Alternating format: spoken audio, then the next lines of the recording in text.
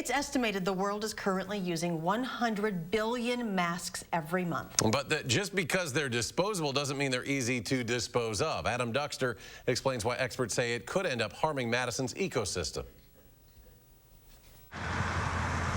As the snow melts, it's easier and easier to see months worth of trash along Highway 14. And if you look hard enough, you're sure to find plenty of these. It's become very prevalent in the last couple of weeks, how many masks are getting littered. John Welch directs Dane County's landfill, spending each day watching the trash pile here. And over the last year, Anytime you look for blue or green, you're going to see kind of that medical waste. he says he's seen a sharp uptick in coronavirus-related trash. There's millions and millions of masks being used, just locally every month. And you cannot recycle masks in our current recycling systems. And Welch says every day more and more coronavirus-related items, gloves, masks, and gowns wind up right here at the landfill.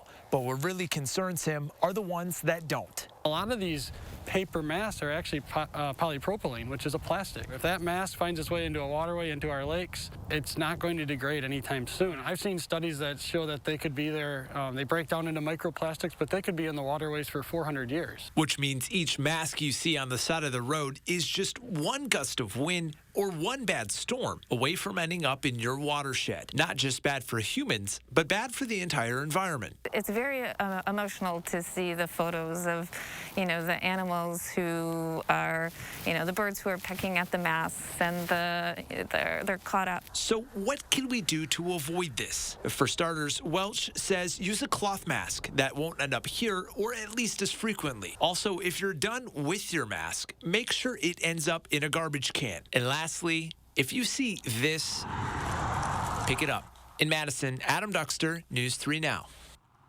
Well, it says some forward thinkers are coming up with masks that are biodegradable, but adds those ideas are still a long way from being widely manufactured.